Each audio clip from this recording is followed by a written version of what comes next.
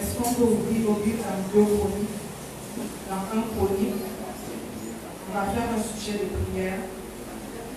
1 Chronique 29, le verset 9, on l'a lu vendredi.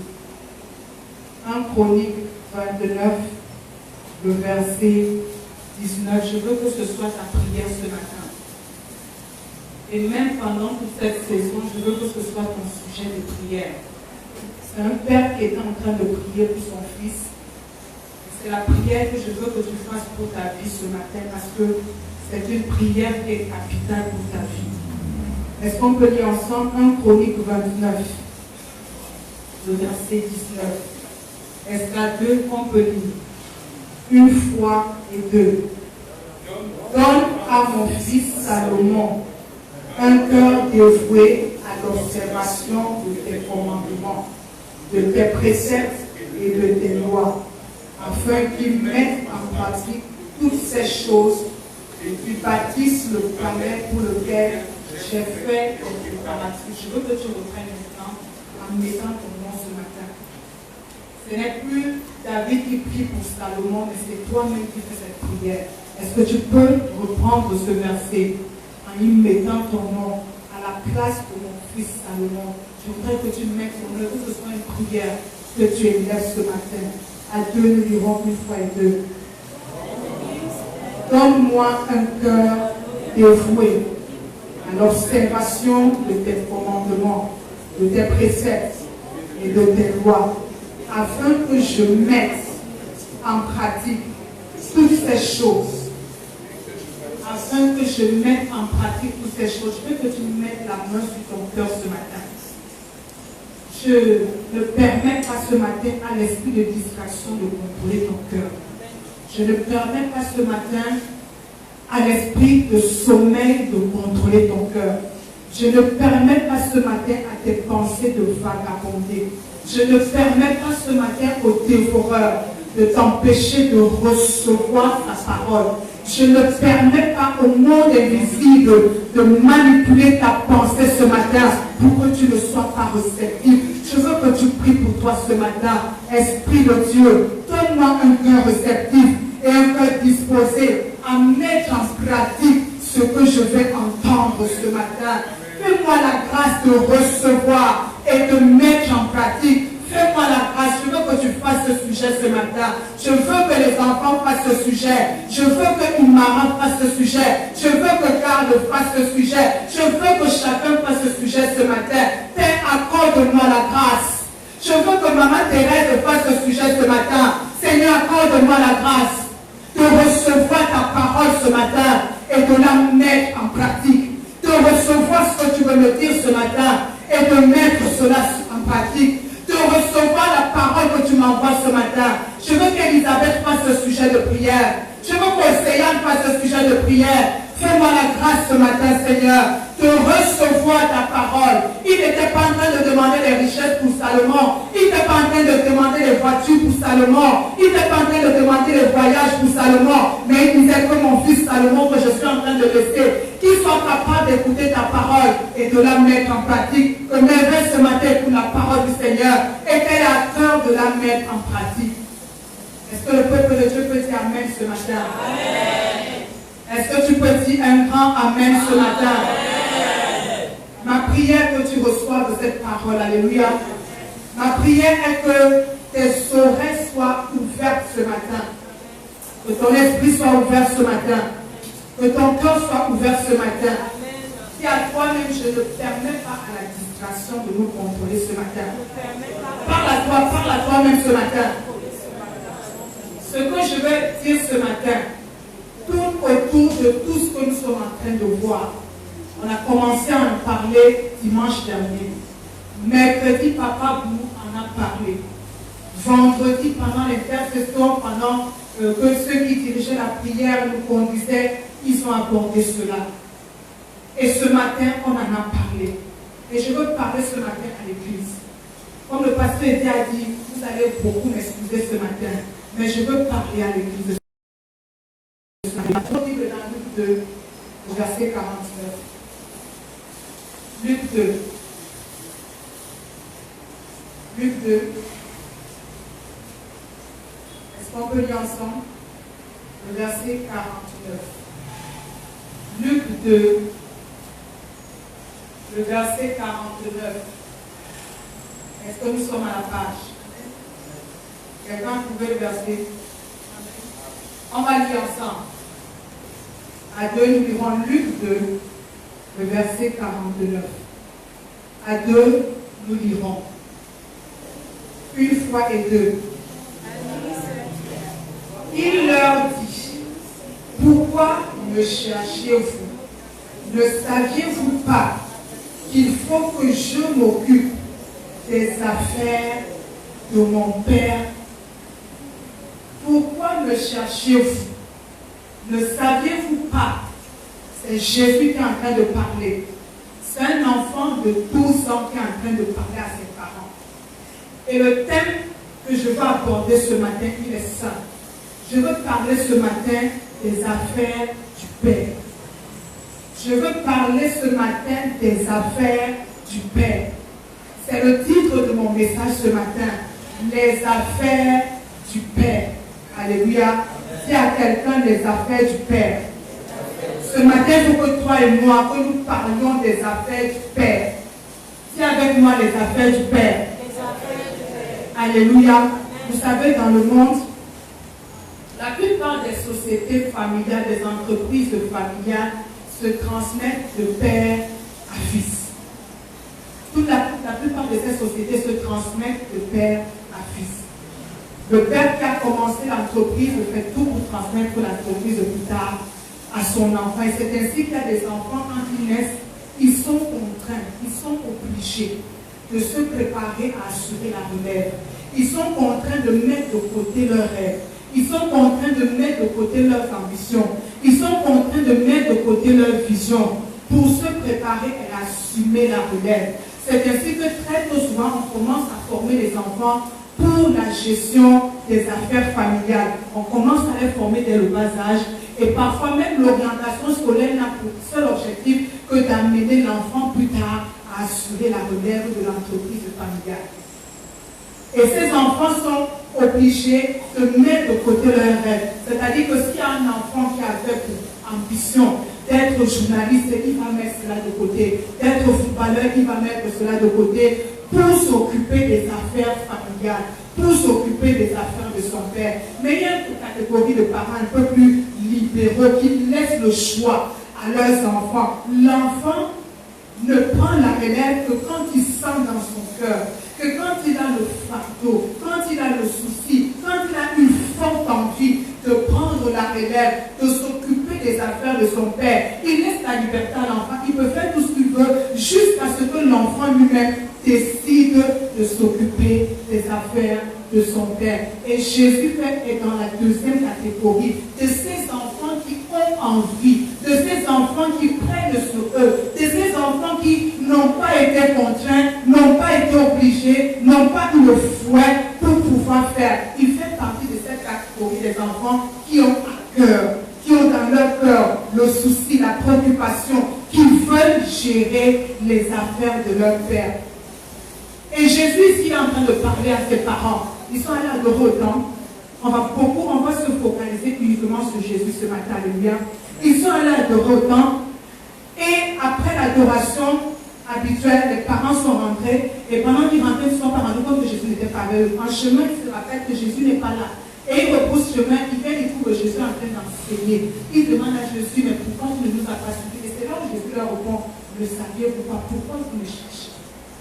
Un enfant de 12 ans qui est en train de dire à ses parents, précisément à Marie, pourquoi vous êtes en train de les chercher? Est-ce que vous ne savez pas que moi, Jésus, je dois m'occuper des affaires de mon Père? Est-ce que vous ne savez pas, même si j'ai 12 ans, que je ne suis pas comme tous les enfants de 12 ans? Est-ce que vous ne savez pas que même si je suis à l'âge de m'amuser, je suis à l'âge de jouer, je suis à l'âge où on va prendre soin de moi, mais ne savez pas que je suis un enfant spécial? Ne savez-vous pas qu'il y a une mission dans ma vie? Ne savez-vous pas qu'il y a une destinée dans ma vie? Ne savez-vous pas qu'il y a un appel dans ma vie? Ne savez-vous pas qu'il y a une vision sur ma vie? Ne savez-vous pas qu'il y a un mandat dans ma vie? Oui, j'ai 12 ans. Oui, je suis un enfant. Mais vous ne savez pas que je suis différent des autres. il est en train de parler à sa même Marie. Marie qui a mis au monde Jésus. Mais Jésus est en train de dire à Marie, Marie, vous n'avez pas à me chercher, parce que moi, j'ai autre chose à faire. Je dois m'occuper des affaires de mon Père. Mais Jésus, il a 12 ans. Mais Jésus n'est qu'un enfant. Mais Jésus doit encore s'amuser. Mais Jésus doit encore prendre le temps de se construire. Mais Jésus doit encore passer le temps à jouer, à faire les choses d'un enfant de 12 ans. Mais il est en train de dire à ses parents ici là, est-ce que vous ne savez pas que ma vie n'est pas comme la vie de tous les enfants de 12 ans? Est-ce que vous ne savez pas que sur ma vie, il y a une mission? Je suis sûr que si Jésus, à cette période-ci, à cet âge qu'il était au rocher, il y a un parent qui lui aurait dit, Jésus, vas-y doucement, doucement, vas-y mollo, mollo, tu es encore un enfant, amuse-toi encore, prends encore ton temps, ne sois pas fort, fais encore les choses de ton âge, fais encore les choses de quelqu'un qui a l'âge de 50 ans qui doit prendre la retraite, fais les choses de quelqu'un qui a l'âge de 60 ans qui doit se reposer, fais les choses de quelqu'un qui a 12 ans qui doit passer le temps à s'amuser. Jésus, vas-y doucement. Mais Jésus, il a dit à Marie, il a parlé à ses parents, il leur disait tout simplement, moi je ne suis pas comme tous les autres. Je ne suis pas comme tous les autres enfants. Jésus à 12 ans avait le souci de gérer les affaires de son Père. Il avait le souci de s'occuper des affaires de son Père. Et quand il parle, il dit qu'il faut. Comme si c'est quelque chose d'impératif, comme si c'est quelque chose d'essentiel, comme si c'est quelque chose de vital, comme si c'est quelque chose de primordial. Il dit qu'il faut. La première pensée que je veux mettre devant nous ce matin, c'est que les affaires du Père sont quelque chose de primordial, sont quelque chose de vital, sont quelque chose d'essentiel, sont quelque chose d'important pour ta vie et pour ta destinée. Jésus est en train de dire à 12 ans, il faut. Il faut. Ce n'est pas une option. Il faut que je m'occupe. Parce que les affaires du Père sont essentielles pour ma vie. Les affaires du Père sont primordiales dans ma vie. Les affaires du Père sont nécessaires. Ce n'est pas quelque chose de banal. Ce n'est pas quelque chose de secondaire. Ce n'est pas quelque chose de négligeable. C'est quelque chose d'important qui a de la valeur. Et Jésus est en train de dire, il faut. Mais je devais être en train de jouer au pire. Mais il dit, il faut. Je devais être en train de courir après mes rêves. Mais il dit, il faut. Les affaires du Père dont je veux parler ce matin, ce n'est pas quelque chose de négligeable d'église. Ce n'est pas quelque chose de banal d'église. Ça, c'est le maître. C'est notre modèle. C'est notre Seigneur. C'est notre Sauveur. C'est Dieu qui est en train de parler. Il dit, il faut. Je ne veux pas que tu tombes ce matin. Alléluia. Si tu dors, je viendrai te réveiller pour que tu m'écoutes ce matin. C'est quelque chose de primordial, d'essentiel. Il dit qu'il faut. La première chose que je veux mettre devant toi ce matin, c'est que les affaires du Père, le business du Père, les intérêts du Père, l'œuvre du Père est quelque chose de primordial pour ta vie. C'est quelque chose d'essentiel pour ta vie. C'est quelque chose d'important. C'est pas quelque chose que tu dois prendre à la légère. C'est pas quelque chose que tu dois relayer au second plan. C'est quelque chose d'essentiel à ta vie. Je parle aux jeunes ce matin, je parle aux mamans qui ont plus de 60 ans ce matin. Je parle aux jeunes gens, je parle aux mariés, je parle aux célibataires, je parle à ceux qui ont, je parle à ceux qui n'ont pas. L'œuvre, l'affaire du Père, c'est quelque chose d'essentiel.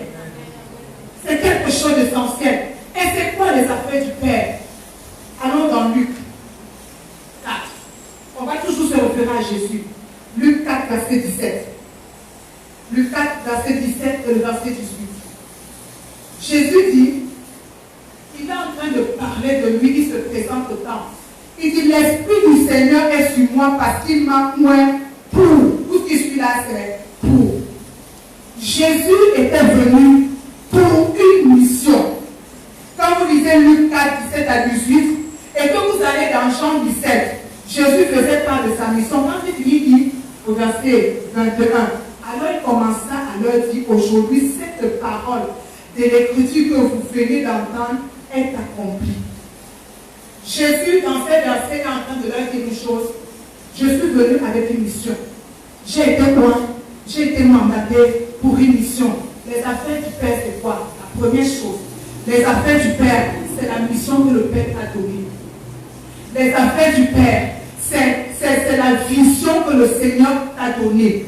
Les affaires du Père, c'est le travail auquel il t'appelle. Les affaires du Père, c'est l'œuvre à laquelle il t'appelle. Les affaires du Père, c'est la mission, le mandat qui est sur ta vie. Les affaires du Père, c'est cette chose pour laquelle il est venu se révéler à toi. Les affaires du Père, c'est ce travail qu'il attend que tu fasses. Il disait à l'église, à la synagogue, l'Esprit du Seigneur m'a oint pour. Il devait annoncer, il devait délivrer, il devait guérir, il devait annoncer une année de grâce, il devait sauver. Il faisait part de sa mission. Donc, dans Jean 17, il est en train de faire le rapport de sa mission. Parce que quand il y a mission, il faut bien à la fin faire le rapport. La mission des affaires du Père, c'est l'appel de Dieu sur ta vie. C'est ce à quoi Dieu t'a appelé. Jésus est en train de dire à l'âge de 12 ans, il faut que je m'occupe de la mission pour laquelle je suis venu sur terre. Il faut que je m'occupe de l'œuvre pour laquelle le Père m'a envoyé. Je suis venu au nom du Saint-Esprit. Il faut que je m'occupe de cette chose pour laquelle je suis devenu enfant de Dieu. C'est ce qu'il est en train de dire. Les affaires du Père, c'est la mission, c'est l'appel, c'est la vision, c'est le travail, c'est l'œuvre à laquelle le Seigneur appelle chacun d'entre nous. Alléluia. C'est la mission de ta vie. C'est le rêve que Dieu a pour ta vie. C'est le projet que Dieu a pour ta vie. Dieu avait un projet pour Jésus quand il l'a envoyé. Il a envoyé Jésus pour sauver, pour guérir. Il avait un projet. Et Jésus, quand il vient avec sa feuille de route, il vient avec son mandat. Il dit, voici ce pourquoi je suis venu. Voici ce pourquoi je suis devenu enfant de Dieu. Voici ce pourquoi je suis venu dans le Seigneur. Il est en train de leur dire ce pourquoi il est venu. La première chose, les affaires du Père, ce n'est pas quelque chose en l'air. C'est l'appel, le projet, la mission, la vision, le rêve, le dessein que tu as pour ta vie. La deuxième chose, c'est tout ce qui contribue à la promotion, à l'avancement de l'œuvre de Dieu, du règne de Dieu sur la terre là où tu es. Tout ce qui contribue, tout ce qui permet à l'œuvre de Dieu, au règne de Dieu, à notre Seigneur d'établir son règne là où tu es, dans ta maison, dans ta famille. Tout ce qui contribue fait partie des affaires du Père. Alléluia. Donc si tu veux me dire que tu ne sais pas ce que c'est, tu n'as aucune affaire à traiter avec le Père, je vais te dire ce matin, qui est l'affaire que tu dois traiter pour ton Père? C'est la mission de ta vie. C'est la vision de ta vie. C'est le rêve que tu as pour toi. C'est le projet que tu as pour toi. Et Jésus est en train de dire, voilà ce pourquoi je suis venu. Et quand nous allons au verset, dans Jean 17, je parle de Jean 17 ce matin parce que c'est mercredi que je suis de Jean 17 en fait, était le rapport de la mission de Jésus quand le diacre Matthias rendait ministère. Et j'ai pris le temps de lire vraiment Jean 17. Jésus, il y a eu un émetteur, c'était qui? C'était Dieu. Et il y a eu un récepteur, c'était Jésus. Et à la fin, parce qu'il avait une mission, il est en train de rédiger son rapport. Il est en train de présenter à Dieu tout ce qu'il a fait. Dieu voulait que son règne soit restauré sur la terre. Jésus est venu annoncer, il est venu rétablir son règne. Dieu voulait que les hommes se réconcilient, reviennent avec lui.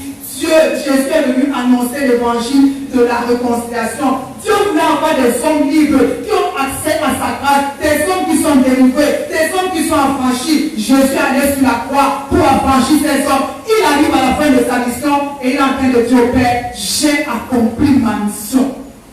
J'ai réalisé ma mission. J'ai fait ce à quoi tu m'as appelé. Depuis l'âge de 12 ans, j'ai pris conscience qu'il y avait une mission et je l'ai accomplie. Alléluia. Alléluia. Est-ce qu'on peut lire Jean 17? Jean 17, on va juste lire quelques versets. Juste quelques versets. Jésus ne fait pas juste le rapport, mais j'aime de cette partie. Jésus est en train de présenter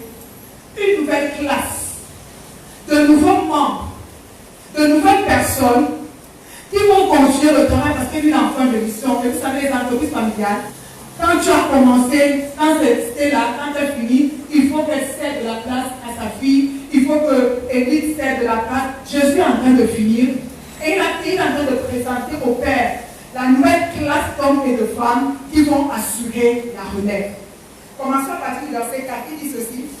Il est en train de faire le temps à partir du verset 4, Jean 17, il dit, je t'ai glorifié sur la terre, j'ai achevé l'œuvre que tu m'as donné à faire.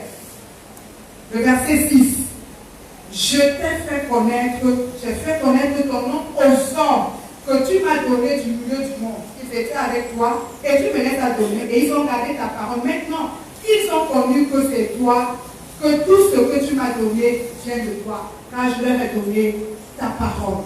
Verset 18, il dit ceci, comme tu m'as envoyé dans le monde, je les ai aussi envoyés dans le monde. Verset 20, ce n'est pas seulement pour eux que je prie, mais j'ai encore pour ceux qui croiront en moi par leur parole. Alors, il est en train de faire le bilan de sa mission. Et il présente au Père une nouvelle classe.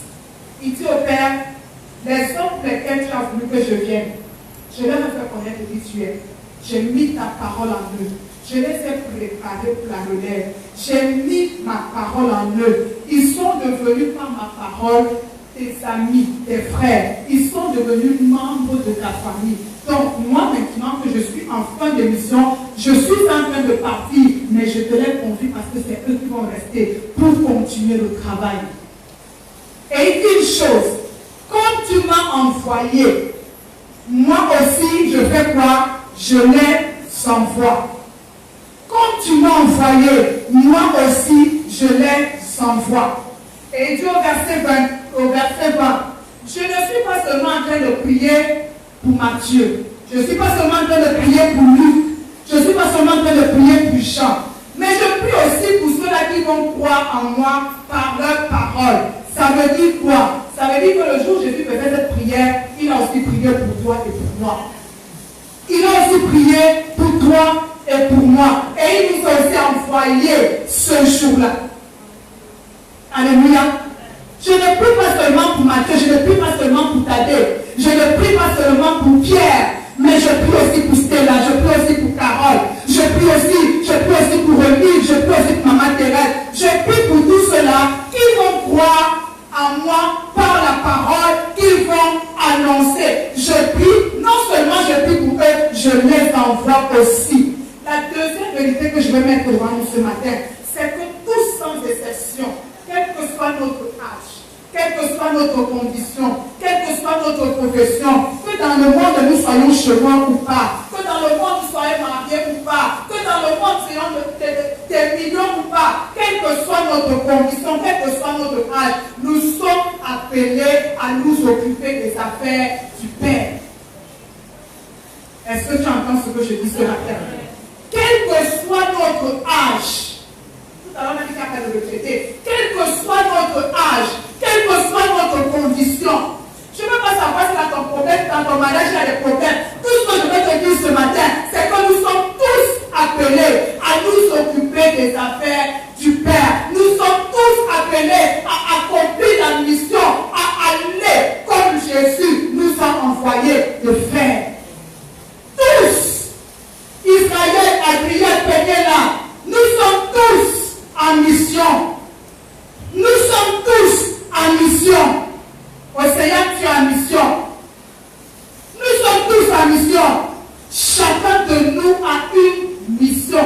Il dit, comme tu m'as envoyé, moi aussi je fais quoi? Je les envoie. Je n'ai pas pu parler au monde entier, mais eux ils vont rester parler au monde entier. Je n'ai pas pu toucher tout le monde, mais eux ils vont rester toucher tout le monde. Je n'ai pas pu apporter mon règne partout, mais eux ils vont établir mon règne là où ils seront. Ils vont continuer. Et c'est ça le business familial. Ce n'est pas le genre de business pour quand le père meurt, l'entreprise se ferme. Ce n'est pas le genre de business pour quand le fils aîné meurt, l'entreprise se ferme. Non, l'entreprise du père ne ferme pas. L'entreprise du père ne ferme pas. Si tu veux que ça ferme, ça t'arrange que ça ne ferme pas. Parce que dans l'entreprise du père, il y a toujours des ouvriers. Dans l'entreprise du père, il y a toujours des ouvriers. Chacun de nous, avons une mission. Nous avons une mission. Je sais que vous me regardez ce matin. Vous aimeriez que je vous dise que le Seigneur va intervenir dans votre besoin. Mais je vous dis, Église, à un moment, il faut dépasser ce stade-là où on passe le temps à nous flatter, on passe le temps à nous dire Dieu va te bénir, Dieu va te guérir. Non. Il faut un peu élever le niveau spirituel. Nous sommes tous en mission. Pierre, tu es en mission. Imara, tu es en mission. Maman Elali, tu es en mission. Maman Victorine, tu es en mission. Maman Thérèse, tu es en mission. Que tu aies pris la retraite à la semaine ou pas, mais tu es toujours en mission. Nous sommes tous en mission, Église. Si nous sommes 100 ce matin, nous sommes tous des missionnaires. Nous sommes 100 missionnaires. Même le bébé qui vient de naître, il a une mission. Il n'est pas venu meubler la terre. Il n'est pas du monde. Il n'est pas venu pour qu'on compte ce dimanche, nous étions 100. Tout pour toi, c'est juste qu'on te compte que tu passes les 100. Non, nous sommes en mission. Il y a une mission que je dois accomplir. Il y a un projet que je dois réaliser. Il y a un rêve qui doit devenir réalité. Je suis en mission.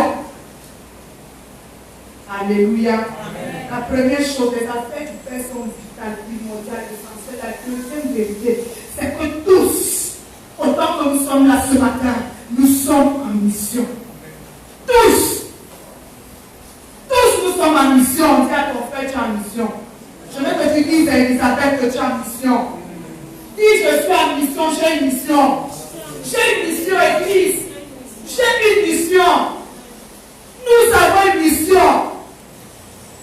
Notre mission n'est pas d'avoir des maris, n'est pas d'avoir de voitures, n'est pas de beaucoup voyager. Vous savez que le rapport qu'on va rendre au Père, quand nous serons en train de rendre compte au Père, on va pas dire au Père, j'ai eu 50 voitures, j'ai eu 50 maisons. Non. Comment est-ce que j'ai accompli, comment est-ce que j'ai fait l'œuvre que tu m'as confiée? Ce sera ça le chef de notre rapport. Ce ne sera pas que j'ai eu 3 enfants, je suis allé à Dubaï, et puis je suis allé aux États-Unis. Ce n'est pas ça le rapport. Le rapport, voici comment, et c'est ce que je suis en train de faire dans Jean 17. Voici comment j'ai atteint les objectifs. Voici comment j'ai accompli ma mission. Voici comment j'ai réalisé ton rêve. Voici comment j'ai réalisé tes projets. Ça sera ça l'objet de notre rapport, le soir de notre vie. Je suis en mission. Alléluia. Tu peux tout oublier ce matin, mais je veux que cette pensée reste dans ton esprit. Je suis sur terre en mission. Je suis en mission. À qui est-ce qu'on donne l'entreprise? À qui est-ce qu'on donne la gestion de l'entreprise? À qui est-ce qu'on donne de gérer la famille? On ne donne pas la gestion de l'entreprise à tout le monde. On ne donne pas la gestion de l'entreprise aux passants. On ne donne pas la gestion de l'entreprise aux étrangers. Il y a un texte dans Ézéchiel 44 où Dieu est en train de prendre Israël. Il est en train de dire que vous avez refusé vous-même de me servir dans le sanctuaire et vous avez laissé les étrangers me servir à votre place. Il est en train de reprendre Israël. Pourquoi? Parce qu'Israël a négligé de servir. Ils ont laissé les étrangers faire le service alors que c'est eux qui étaient censés servir. Ce ne sont pas les étrangers qui gèrent le business du Père.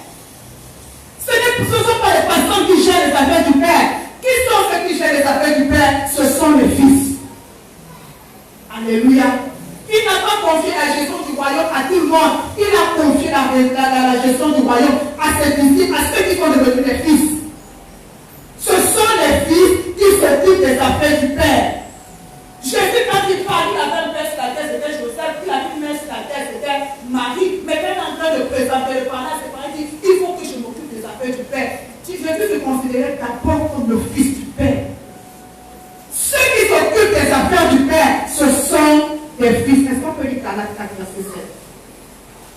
Galates 4. Galates 4, le verset 7. Quelqu'un pouvait peut lire? Galates 4, le verset 7. Galates chapitre 4, verset 7. Ainsi tu n'es plus esclave, mais fils.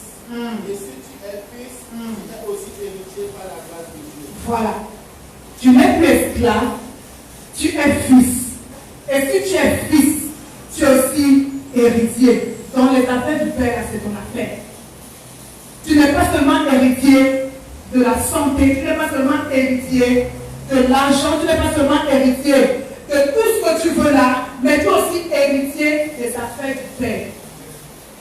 Si tu es fils, à moins que tu ne le sois pas, mais si tu es fils, il est de ta responsabilité de t'occuper des affaires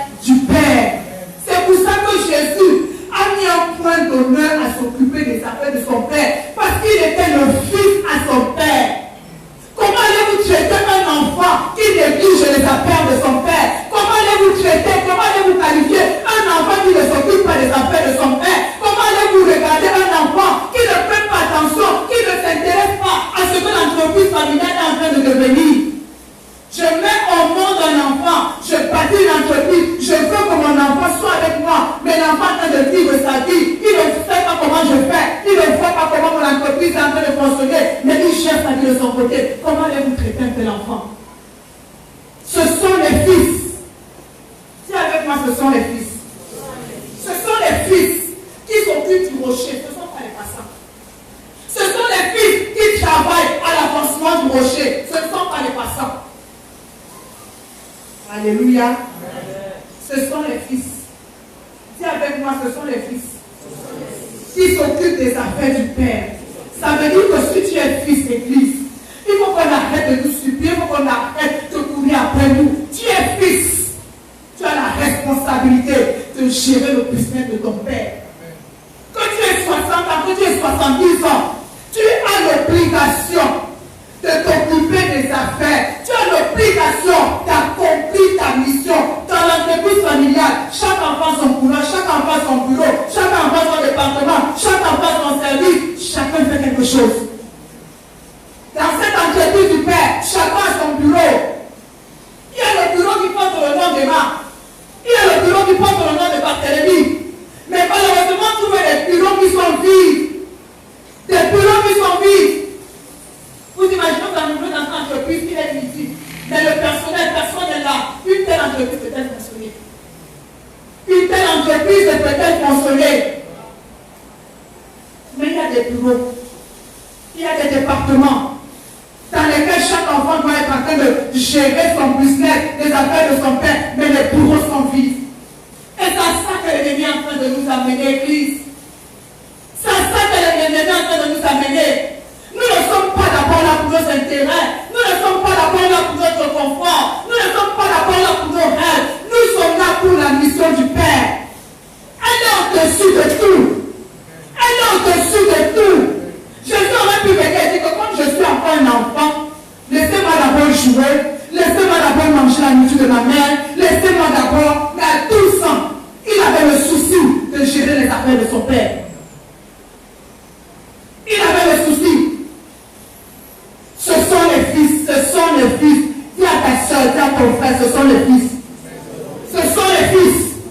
Ce ne sont pas les étrangers, ce ne sont pas les touristes, ce sont les fils. Et qu'est-ce qui caractérise un fils qui gère les affaires de son père? Et ça, c'est pas sorcier. Et j'ai compris une chose que quand on ne trouve pas ça dans la vie de quelqu'un, la personne n'est pas fils. Quand on ne trouve pas ça, la personne est membre du rocher. La personne vient au rocher. La personne communie au rocher. Mais la personne n'est pas fils. Parce qu'être fils se manifeste. Quand je dis que je suis fils, si nous disons que Jésus est notre modèle, nous regardons comment il a fait, comment il a servi son père et nous faisons la même chose. La première chose qui caractérise un fils, c'est qu'il a le souci. Il a la préoccupation. Il a à cœur les choses de son père. Il a le souci. Il a la préoccupation. Il a à cœur les choses de son père. Il a à cœur accomplir sa mission. Il a à cœur faire sa part. Il a cela à cœur. C'est une préoccupation dans son cœur. Ses pensées sont tournées vers les affaires du Père. Son cœur est tourné vers les affaires du Père. Il a cela à cœur. Ça, c'est la première chose qui caractérise un fils. Vous pensez que les parents qui ont les entreprises, ils donnent la gestion de la société à n'importe lequel de ses fils? Pour ceux qui ont souvent les entreprises familiales, on choisit parmi les fils le fils qui a à cœur l'entreprise de son père. Le fils qui veut travailler à ce que l'entreprise de son père se pérennise et ne meure pas. Ça lui qu'on confie la gestion. On ne confie pas ça à celui-là qui va prendre tout l'argent qui a été dilapidé. On donne à celui qui a peur, qui connaît la vision du Père, qui voit les efforts du Père et qui veut que la société continue à prospérer. prospérer.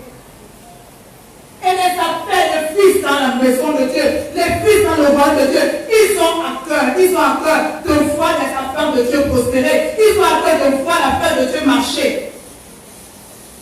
Ils ont cela à cœur. Ils ne sont pas juste des observateurs. Ils ne sont pas juste des hommes qui critiquent, qui mènent leur petite vie. Ils sont d'abord à cœur les intérêts, l'œuvre du Père. Est-ce que tu es fils ce matin? Est-ce que tu es fils ce matin? Alléluia. Amen.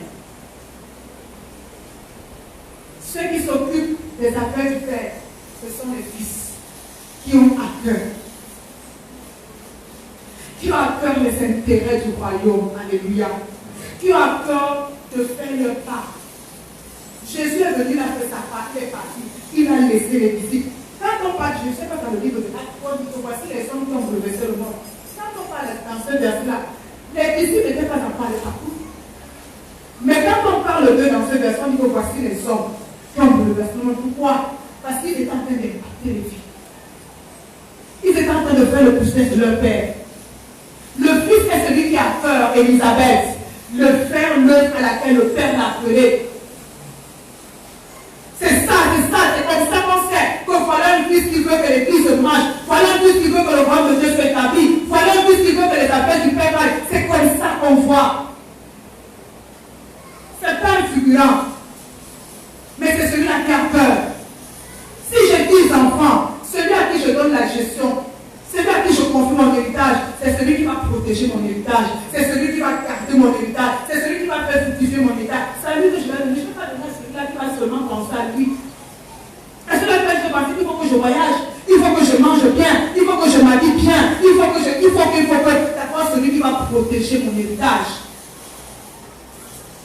Et celui qui va travailler pour que mon héritage se fructifie, pour qu'il se multiplie, pour qu'il augmente. Vous connaissez des enfants qui ont confié des entreprises, on vient 5 ans plus tard, ça n'existe plus. Ça n'existe plus. Refusons d'être cette catégorie. Alléluia. Je le dis vraiment avec... Vraiment, j'ai mal au cœur, parce que ça s'adresse à moi également. Refusons d'être cette catégorie. Au lieu de faire avancer, nous sommes en train de détruire l'œuvre de Dieu.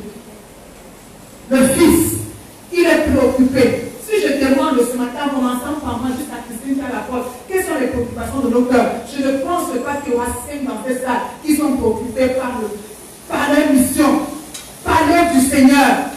Il y en a qui sont préoccupés par le mariage. Il y en a qui sont préoccupés par le cap. Il y en a qui sont préoccupés par leur santé. Il y en a qui sont, c'est pas mauvais.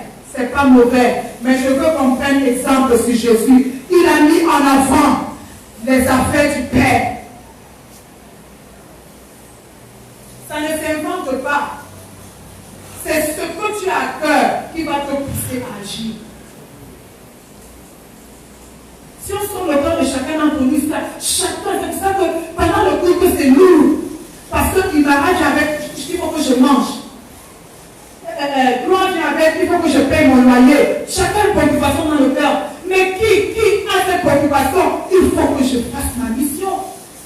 Il faut que je serve les intérêts de mon Père. Il faut que je me préoccupe des choses de mon Père. Combien? Il faut qu'on nous chauffe pour la prière, il faut qu'on nous chauffe pour la louange, il faut pourquoi? Parce que nous sommes venus surcharger de nos préoccupations. On va là tout à l'heure, Seigneur, il faut secours. Alléluia. Seigneur, viens à notre secours. Seigneur, viens à notre secours. Ce sont les fils qui cherchent les affaires du Père. Et ce qui caractérise un fils, c'est le souci.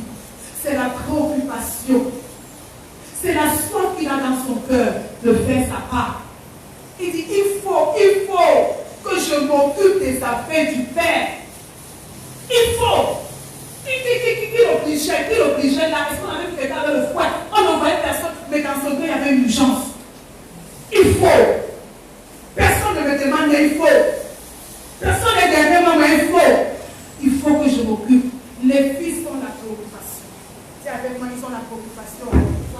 La deuxième chose qui caractérise le fils qui gère les affaires du Père, c'est que non seulement les fils ont la préoccupation, c'est la conséquence, c'est que les fils répondent à l'appel de Dieu sur leur vie. Je veux que tu m'écoutes bien ce matin. Le Fils dit oui à la mission du Père. Il n'est pas seulement au courant qu'il a une mission. Il n'est pas seulement au courant qu'il a une œuvre. Il n'est pas seulement au courant qu'il a un travail à faire. Mais il dit oui, je veux le faire. Il répond. Plusieurs d'entre nous, ce n'est pas la première fois que nous entendons ce message. Plusieurs nous savons que nous avons une mission. Mais combien on dit oui, je vais accomplir. Combien on dit oui, je veux le faire. Combien on dit oui, je m'engage. Combien on dit oui, je me lève. Lisons un texte. Moi, qui m'a beaucoup fait rire. Allons dans Matthieu 21. Il y a ces deux catégories dans l'église et dans le corps du Christ. Matthieu 21. Le verset 28. Matthieu 21, le verset 28. Alors, là, je suis dans les paraboles. Et c'est lui qui est en train de parler. Verset 28. Je veux que chacun trouve. Même si tu as ton téléphone, trouve ça. Et toi-même, tu vas te situer ce matin. Que vous ensemble, un homme avait 2 fils. Et s'adressant au premier, il dit, mon enfant, va travailler aujourd'hui dans ma vie. C'est la même mission qu'il nous donne. Mon enfant, va travailler aujourd'hui dans ma vie. Il répondit, je ne veux pas.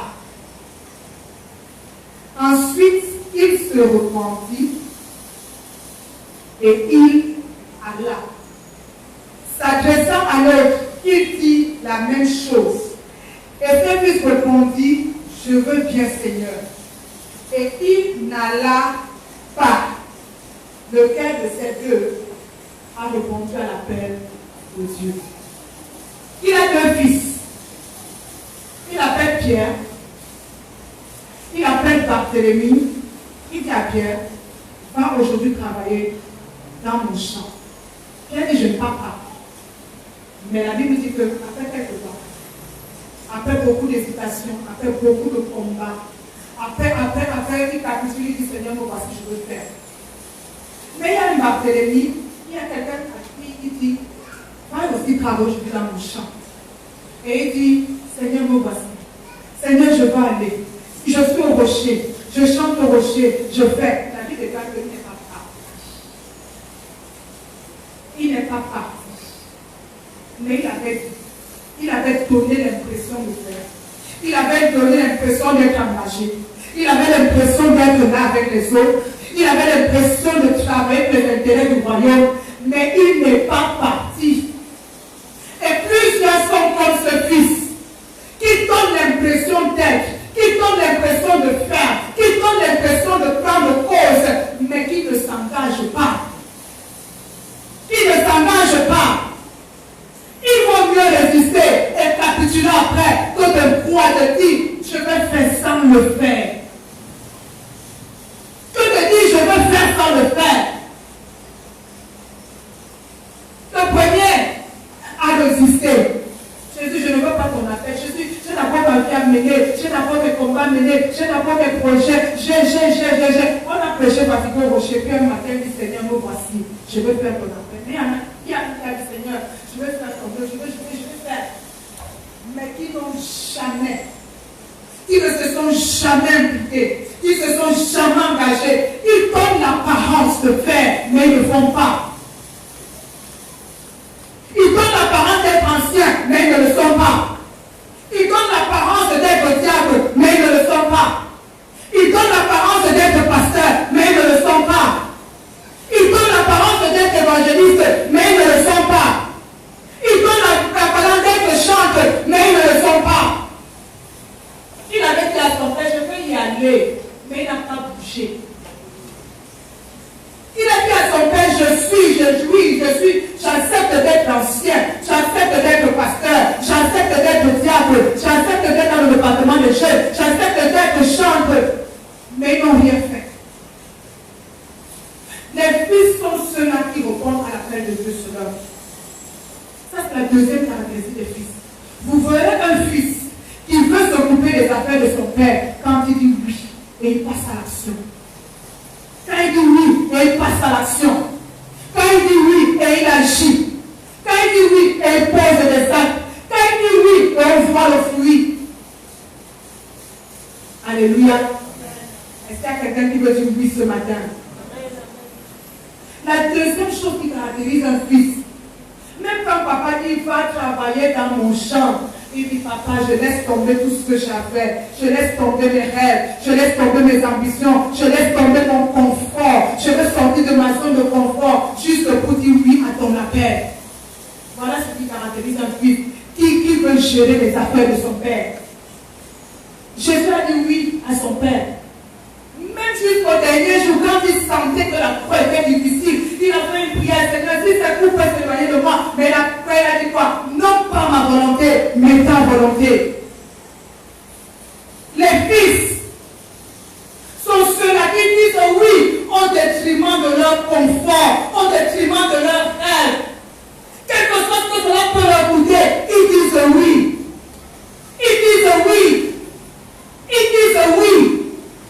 Et l'Église aujourd'hui a besoin des hommes qui disent oui à l'appel de Dieu. On a beaucoup de chrétiens, mais on a très peu d'appelés, ceux qui ont dit oui. On a beaucoup de chrétiens. Mais il y a très peu qui se tiennent devant le thème du Seigneur et qui disent Seigneur, je dis oui. Seigneur, je dis oui.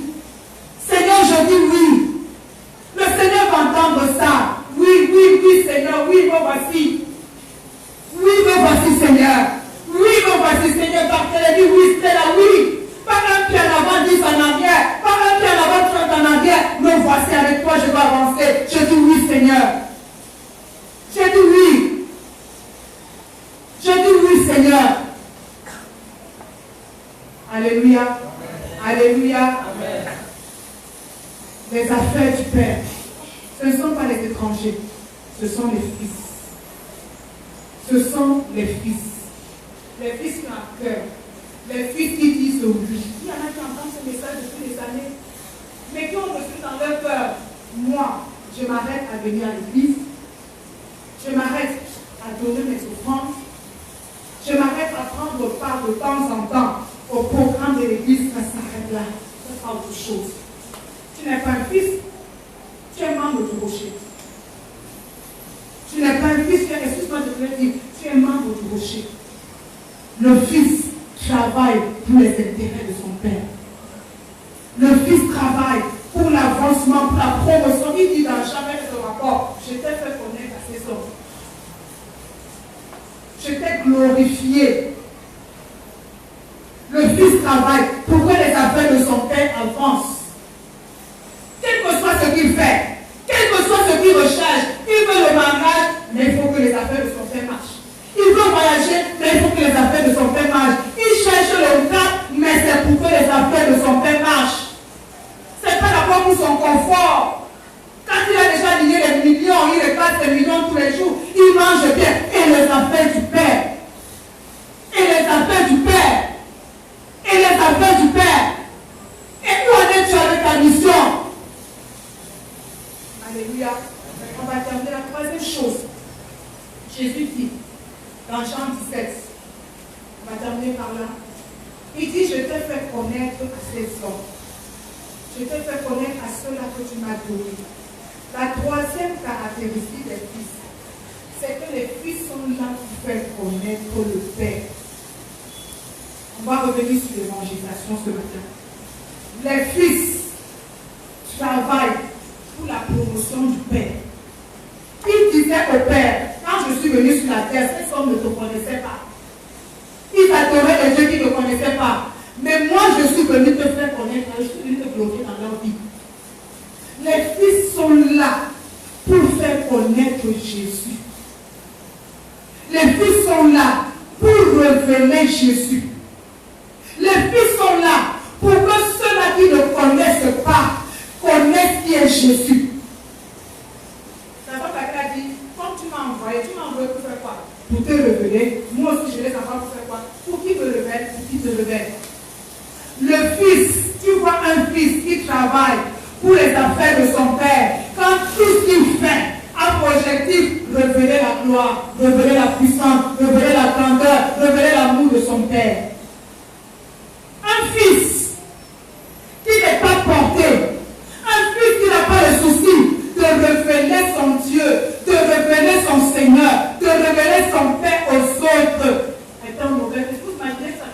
l'entreprise, comme le père n'est plus, on a enlevé la photo du père, on a caché. Hein? Même dans tous les services publics, quand on arrive là, on voit souvent la photo de qui? La photo du père. Et ça, c'est lui qui est dans le bureau en train de travailler. Mais il y a sa photo. Le fils est là pour faire connaître le père aux hommes. Il est là pour faire connaître le père aux hommes. Je suis d'accord avec vous. On a l'habitude de dire une chose que la foi c'est dans le cœur. Par ma façon de vivre, les autres vont découvrir. Je vous dire, le premier moyen que Jésus a donné pour faire connaître le Père, pour faire connaître au Père, c'était la parole. Ça, c'était le premier canal. Afin de dire à la foi dans mon cœur, ils vont me voir vivre et ils vont connaître, c'est bien. Mais je vais vous dire le premier moyen qu'il a donné à ses serviteurs, qu'il a donné à ses disciples pour leur faire connaître, c'était la parole. Quand ils ont demandé, il faut aller et prêcher. Il n'a pas dit allez et comportez-vous. Il a dit allez et prêcher. Quand il parle, je prends Jean 17. Jean 17, il dit au verset 8, je leur ai donné les paroles que tu m'as données. Et ils les ont reçues. Et ils ont vraiment connu que je suis sorti de toi. Et ils ont cru que tu m'as envoyé. Ils ont cru à quoi? Aux paroles que tu m'as donné de leur donner. Ce sont les paroles que je leur ai données qui ont amené la foi dans leur cœur. Ce sont les paroles. Et au verset 20, il dit, ce n'est pas pour moi seulement que je prie, mais encore pour ceux qui croiront en moi par leur parole. Donc ne me dis pas que la foi c'est dans mon cœur. Il faut parler. Il faut parler. Il faut parler, Église. Comme le pasteur disait, tu peux parler de tout. Tu peux faire des commentaires sur des choses banales sur Facebook, mais jamais un commentaire sur des choses spirituelles. Dès qu'on soit une fausse blague là sur Facebook, c'est là où on voit ton commentaire. Mais quand on parle de l'œuvre du Seigneur, on ne verra jamais ton commentaire. Et tu m'as dit que ta foi c'est dans le cœur. La Bible dit que l'abondance vient de la bouche parle de l'abondance du cœur. C'est ce qui est dans ton cœur qui sort de ta bouche. S'il n'est pas dans ton cœur, il ne va pas sortir. S'il n'est pas dans ton cœur, il ne va pas sortir. Non, ils ne verront pas ma manière de vivre. Même la manière de vivre là ne donne pas envie de servir. Ils vont se convertir comment? La Bible est dans mon main. Comment entendront-ils parler s'il n'y a personne qui parle? Comment parlent-ils s'il n'y a personne qui parle? Les fils sont là pour faire connaître le Père. Ils sont là pour parler de leur Père. Mon Père, il est comme ça. Mon Père, il est puissant. Mon Père, il est bon. Mon Père, il est juste. Mon Père, il est glorieux. C'est pas seulement toi ceux qui va connaître le Père. Imagine que les apôtres, elle dit comme nous disons aujourd'hui que la foi est dans nos cœurs. Quand ils priaient pour faire la prière et c'est ceci pour faire connaître le Père. Si là aussi, ils avaient dit que la foi est dans notre cœur, vous pensez que nous, là, on aurait connu Jésus? Si c'était resté à dire que c'est dans mon cœur, je parle ma foi dans mon cœur, ils vont voir. Vous pensez que tout ce qu'on aurait connu Jésus, c'est parce qu'ils ont parlé. C'est parce qu'ils ont parlé.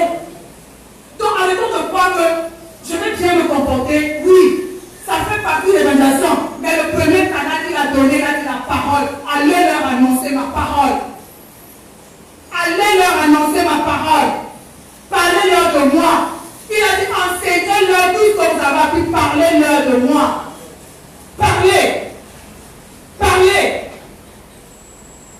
Alléluia. Alléluia. Amen. Tu vois un fils, quand il est en train de faire la promotion de son père. Vous connaissez, pour ceux qui connaissent le marketing des réseaux. Quand vous voyez quelqu'un qui est engagé dans le marketing des réseaux, que tu veux l'écouter ou pas, que tu crois dans ce qu'il va ou pas, il va seulement te parler de ça. Pourquoi? Parce que lui croit dans ça. Ceux qui font le marketing du réseau vont partout, partout. Ils sont prêts. Ils vont prendre leur répertoire. Ils vont chercher les renoms de famille. Ils veulent faire connaître le truc. Parce que leur business, faire connaître le produit, donne encore plus de temps. Et je vais vous dire que dans l'évangélisation, nous sommes aussi dans le marketing de réseau. Alléluia. Moi, c'est comme ça, depuis que j'ai compris la fin comme ça. L'évangélisation associe le marketing de réseau. C'est-à-dire que moi, j'ai cru, il faut qu'il y ait deux personnes derrière moi. Il faut que les deux personnes en change. Il faut. Alléluia. Alléluia. Dis avec moi, il faut parler. Dis, il faut parler. là, il faut qu'on enlève le nous, on commence à parler. Mais qui nous a réduit à être des hommes muets? On ne fait pas le bruit pour Dieu. Ils avaient dit, voilà les gens qui ont breveté, les apôtres ont fait du bruit pour Dieu. Aujourd'hui, nous sommes trop pour on ne le fait, pourquoi on ne se dérange pas? Même quand on est quelque part, ça peut si on sait que nous sommes chrétiens, on ne veut pas faire du bruit, on ne veut pas déranger, on ne veut pas heurter la densité des gens, il ne faut pas qu'on frustre les gens parce qu'ils sont chrétiens. Il ne faut pas. Dans le moment où on ne pas de chrétien, il ne faut pas qu'on sache que moi aussi je suis chrétien. Il ne faut pas qu'on sache que moi aussi je prie. Frère, tu n'es pas fils. Parce que le fils, il n'a pas honte de parler de son père. Le fils, il n'a pas peur de parler de son père. Le fils ne se gêne pas pour parler de son père. Le fils est fier de parler de son père. Je dis bien qu'il est fier. Il ne parle pas de lui par contrainte. Il est fier. Parce qu'il sait qui est son père. Si on fait l'évangélisation par motif de contrainte, parce qu'on est contraint, on n'est pas en train de parler du père, on a peur de quelque chose. Le fils parle de son père parce qu'il est fier de son père. Parce qu'il est fier de son père. Église, soyons fiers de notre Dieu et parlons de lui. Parlons de lui, nous devons retourner à la vision de l'évangélisation. Je n'ai pas envie de vous manipuler pour vous dire, parce que quand vous allez évangéliser, Dieu va vous bénir. Non, je ne veux pas. Ce que j'allais évangéliser, pas ça. Quand tu vas évangéliser, Dieu va te bénir, il va te soigner de toi. Parce que non. Le fils qui connaît qui est son père, il n'a pas besoin qu'on dise que le père va le bénir grâce à l'évangélisme. Il n'a pas besoin d'attendre que Dieu va le bénir quand il évangélise. Sinon, on sera comme le fils, le frère aîné du fils prodigue. Il était dans la maison avec son père, mais il ne savait pas que c'était à son père à lui. Il attendait qu'il récompense. La Bible détache, je veux qu'on lise ensemble. Est-ce qu'on peut dire Ézéchiel? On va terminer, c'est le dernier. Ézéchiel 44. Ézéchiel 44. Le verset 28. Là, on est en train de partager le peuple. Il y a une chose extraordinaire que Dieu dit sur la tribu des Lévites. Les Lévites, c'était les serviteurs. Il dit quelque chose, il dit quoi? Ésaïe 44, Ézéchiel, pardon. Ézéchiel 44, le verset 28. Il dit, voici l'héritage qu'ils auront.